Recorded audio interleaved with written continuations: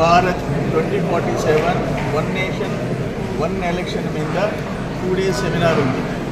దాంట్లో ఇంచుమించు 250 మంది ఫిల్టర్ చేసి 150 మందికి 2 days సెమినార్ జరిగింది. వీళ్ళలో రాష్ట్ర వ్యాప్తంగా ఇట్లే వర్క్షాప్స్ జరిపి వికసిత్ భారత్ 2047కి ప్రతి రాష్ట్రం నుంచి దేశానికి పార్లమెంట్లో ఒక 150 మందితో పార్లమెంట్లో 150 అని కాదు, పార్లమెంట్ కాల్ వికసిత్ భారత్ యువజన పార్లమెంట్ 2025 దానికోసం అందరినీ సెలెక్ట్ చేసి పంపిస్తారు. అంటే ఈ దేశ భవిష్యత్తు, ఈ రాష్ట్ర భవిష్యత్తు గురించి వాళ్ళ అభిప్రాయాలు షేర్ చేసుకోవాలనేది మోడీ గారి ఉద్దేశం. అంటే ఇక్కడ విద్యాశాఖ మంత్రి లోకేష్ బాబు గారు కూడా మన రాష్ట్ర అసెంబ్లీలో కూడా ఫైనల్గా అందరినీ ఫిల్టర్ చేసి 175 మందితో యువజన అసెంబ్లీ జరపాలని ఆయన కూడా ఆలోచనని మనం ప్రకటించడం జరిగింది.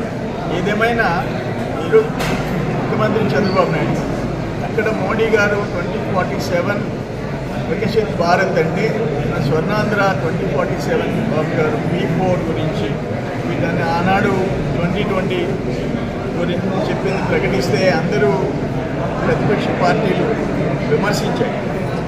తర్వాత ఏమైంది? ఈరోజు హైదరాబాద్ ఎక్కడుంది, తెలంగాణ ఎక్కడుంది? దేశంలో పర్ క్యాపిటల్ ఇన్కంలో నంబర్ 1 స్థానంలో. దానికి కారణం ఏంటి?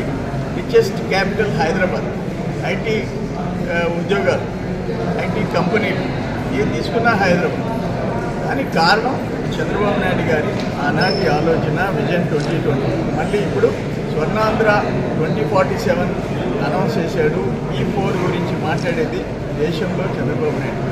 అందుకని దేశ భవిష్యత్తు గురించి ఇక్కడ ముఖ్యమంత్రి చంద్రబాబు నాయుడు గారు, మోడీ గారు ఆలోచనలతో దేశం ముందుకు పోతుంది, రాష్ట్రం ముందుకు పోతుంది, నమ్మకం ఏర్పడింది. ఈరోజు ఇక్కడ యూనివర్సిటీలో వైస్ ఛాన్సలర్ గారు, రిజిస్ట్రార్ గారు వీళ్ళందరూ పర్ఫెక్ట్గా ఆర్గనైజ్ చేసినారు. ఈ రాష్ట్రంలో ఓన్లీ యూనివర్సిటీలో ఒక్క సింహపురి యూనివర్సిటీలో మాత్రమే జరుగుతుంది ఈ ప్రోగ్రామ్. వీరంతా కాలేజెస్లో నడుపుతూ ఉన్నారు. ఇక్కడ యూనివర్సిటీలో వీళ్ళిద్దరు వైస్ ఛాన్సలర్ అండ్ రిజిస్ట్రార్ గారు ఇంట్రెస్ట్ తీసుకొని దీన్ని కండక్ట్ చేయడం నిజంగా నేను అభినందిస్తాను.